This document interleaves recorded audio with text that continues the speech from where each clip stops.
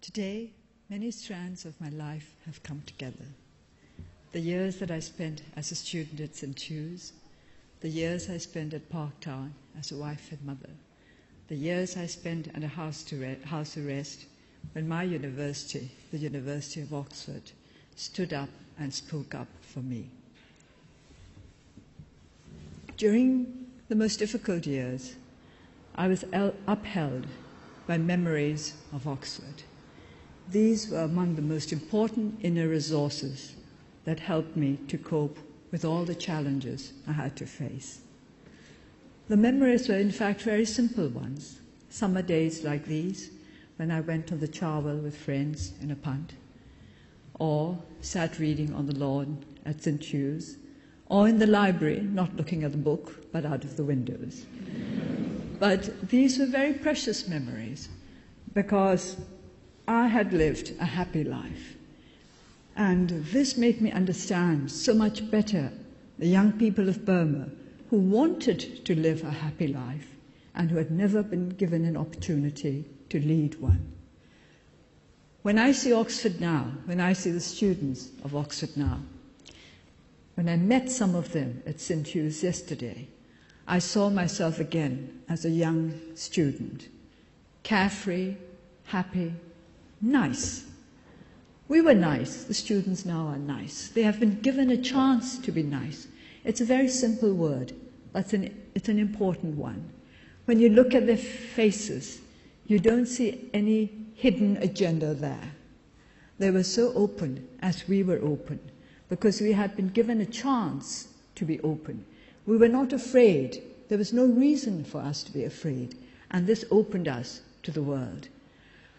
I remember small things. I remember so often going in a bus with my very dear friend Anne Pasnick-Slater, sitting side by side in a bus on the Banbury Road, our four denim-clad knees next to each other, and Anne looked down and said, "It's not fair, even knees are different."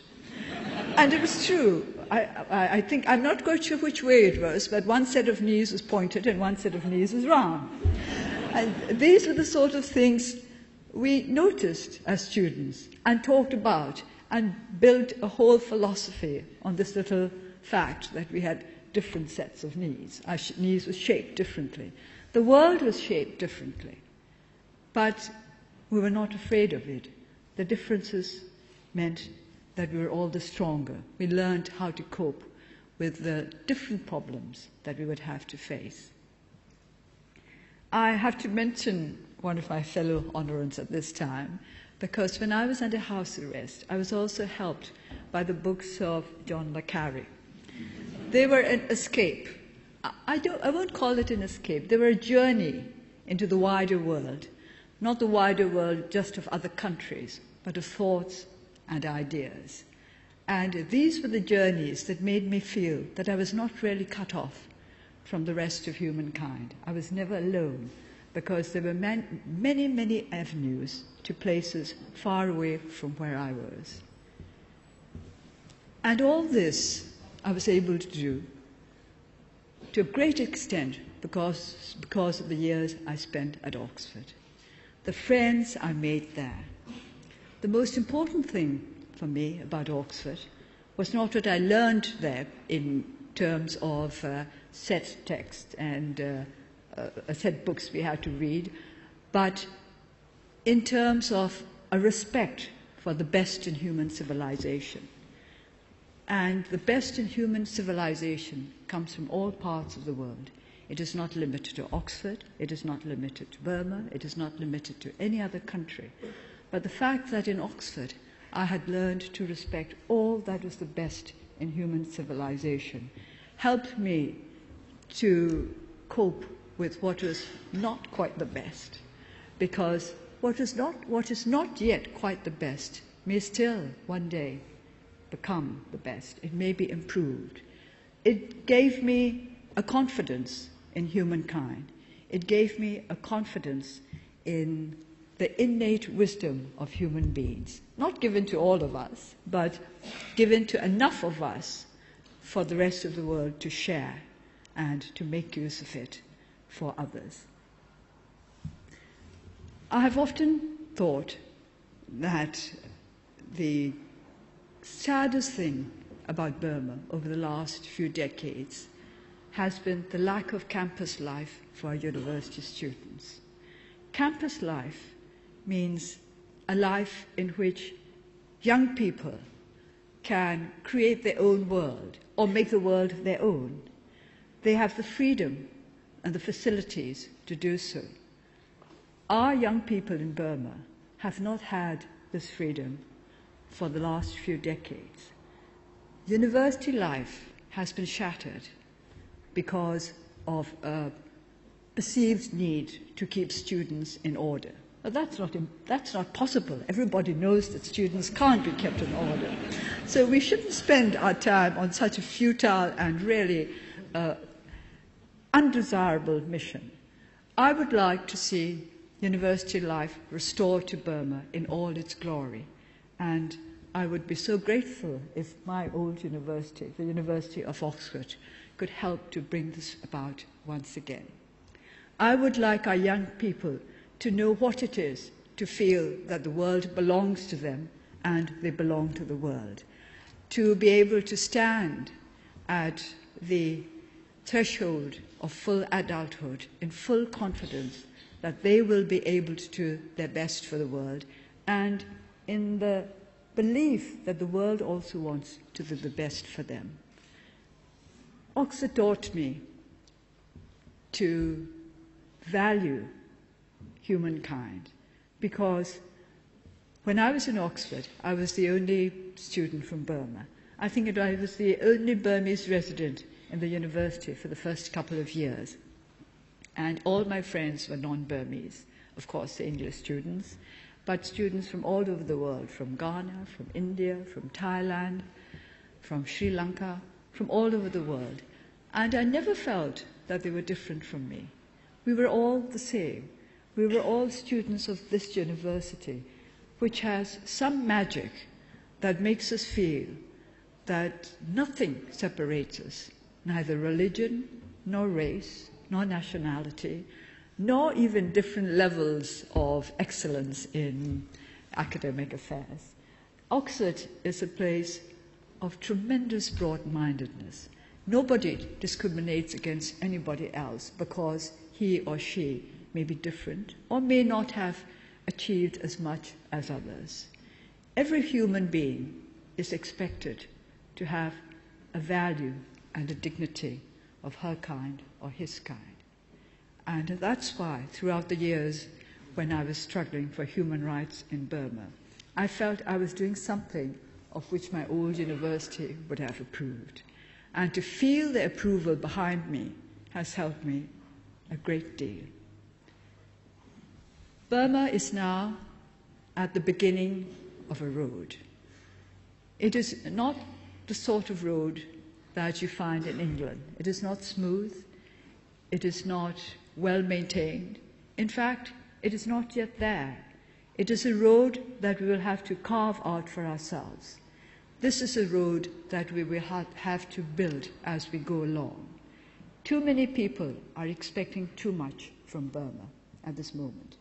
They think that the road where we are standing is like one of those highways on which I traveled from London to Oxford and almost got car sick. But very straight, very smooth. Too smooth and too straight perhaps for me, because I'm not used to such smoothness.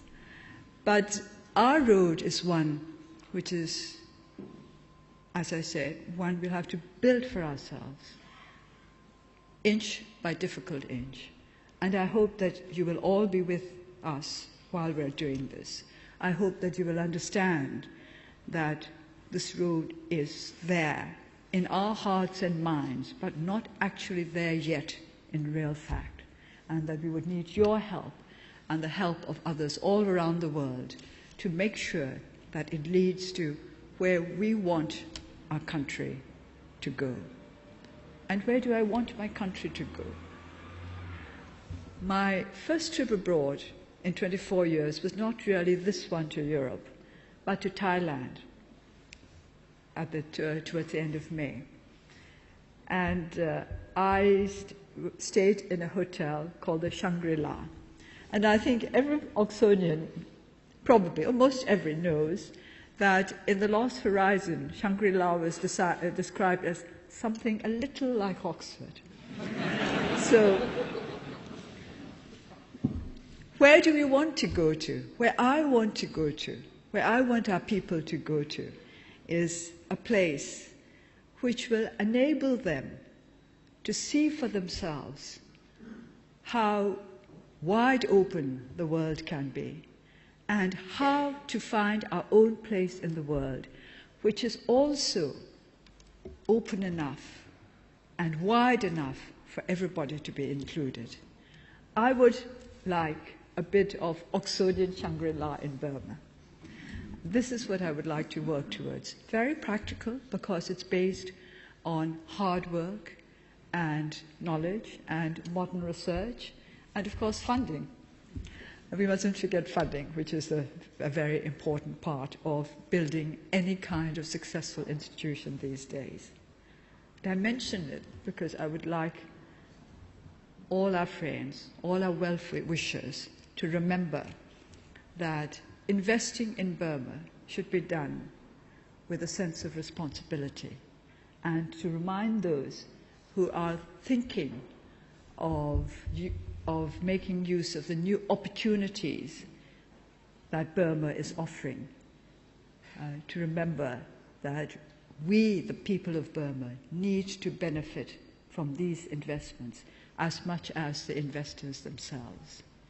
Please help us to make sure that all investments in Burma, business, development, humanitarian, all these, in a sense, are investments, that these investments are democracy-friendly and human rights-friendly, that these investments will help to promote in our country the kind of values for which you stand, the kind of values that you taught me.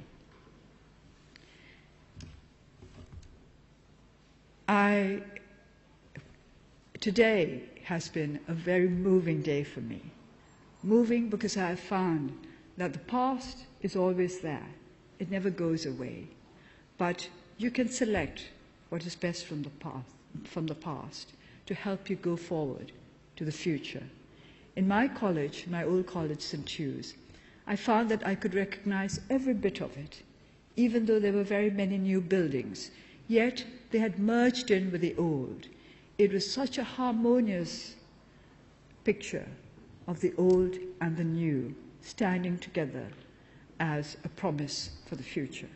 I was very proud to be back in my old college and warmed by the reception given to me and my team, by the principal of the college and his family, and by the students. The warmth of the students was wonderful. I felt that I was back again in my young student days. I didn't feel any different from them. And in a sense, I'm no different now to the young student who was at Oxford so many years before. But also I'm different because I've had to face different experiences. But I bring all these experiences back to me here at Oxford, and I find that Oxford is big enough and broad enough to contain my new experiences as well. The road ahead, as I said, is not going to be easy, but Oxford, I know, expects the best of its own.